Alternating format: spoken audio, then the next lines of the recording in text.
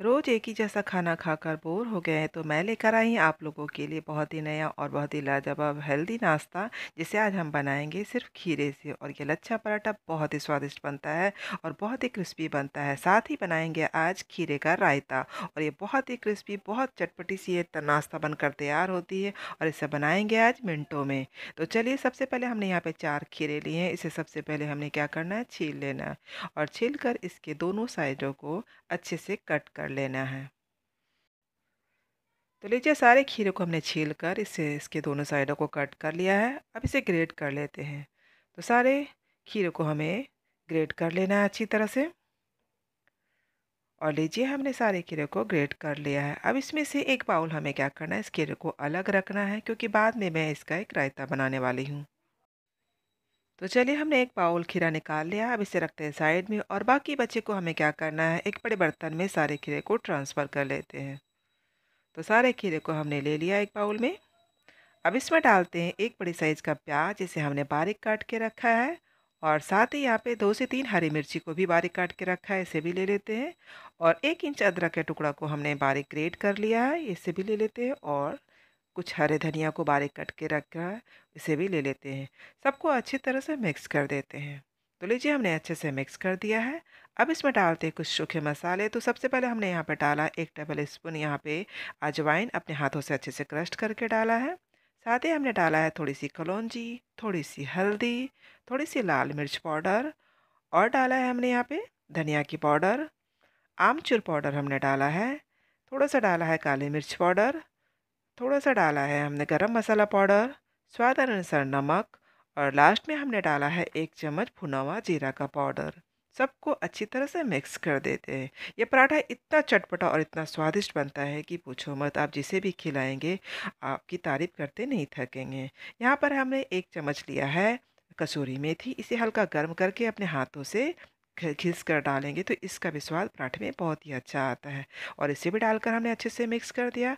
अब इसमें डालते हैं 4 बड़े चम्मच हमने यहाँ पे डाला है बेसन, और इसकी वजह से भी आपका ये पराठा बहुत ही स्वादिष्ट बनता है।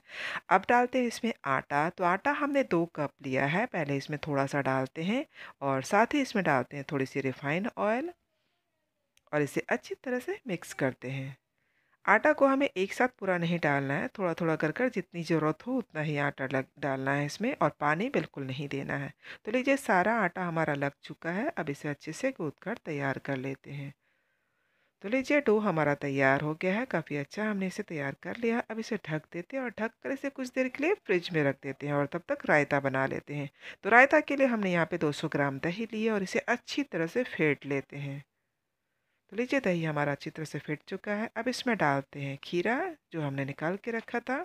साथ ही हमने डाला है 2 हरी मिर्ची,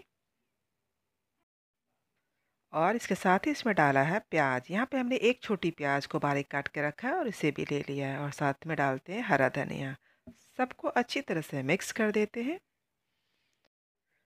तो लीजिए, प्याज, मिर्ची और धनिया पत्ती को हमने अच्छी तरह से मिक्स कर दिया है। रायता हमारा अच्छी से मिक्स हो गया है। अब इसमें डालते हैं कुछ सूखे मसाले। तो इसमें डाला हमने सादा नमक, काला नमक, चाट मसाला, और साथ ही डाला आधी चम्मच भुना हुआ जीरा का पाउडर, और थोड़ी सी हमने डाला है लाल मिर्च पाउडर। मिर्ची आप अपने हिसाब से कम या ज़्यादा कर सकते हैं। और इसे फिर से एक बार अच्छी तरह से मिक्स कर देते हैं। और लीजिए, तैयार हो गई हमारी ये बहुत ही चटपटी सी खीरे का रायता, जिसे आप किसी भी रोटी, सब्जी, चावल जिसके साथ आप खाना चाहते हैं, ये तैयार है। बस हरे धनिया से इसे गार्निशिंग करते हैं, और ये हमारा ये खीरे का रायता बनकर तैयार हो गया है। तो चलिए, अब पराठा भी बना लेते हैं। तो आटे को भी हमने फ्रिज से निकाल लिया। अब इसकी एक बड़ी लोई ले लेते हैं, और इसे अपने हथेलियों में गोल-गोल घुमाते हुए इसकी लोई तैयार कर लेते हैं। और इसे सूखे आटे में लपेट कर इसकी एक पतली रोटी बेलकर तैयार कर लेते हैं, क्योंकि इसे आज हम बनाने वाले हैं लच्छा पराठा। आप अपने मनपसंद के किसी भी शेप में इस पराठे को बना सकते हैं, पर मैं बना रही हूँ यहाँ पे लच्छा पराठा। तो उसके लिए हमने यहाँ पे बीच में लगाया है ऑयल, और इसके ऊपर डाला सूखा आटा, और अपने हाथों से फैला दिया। बस इसे बनाना है आपको साड़ी की प्लेट जिस तरह बनाते हैं उसी तरह इसको प्लेट करते हुए इसे लपेटते हुए जाना है। और लीजिए, पूरी तरह से हमने इसे अच्छे से लपेट दिया।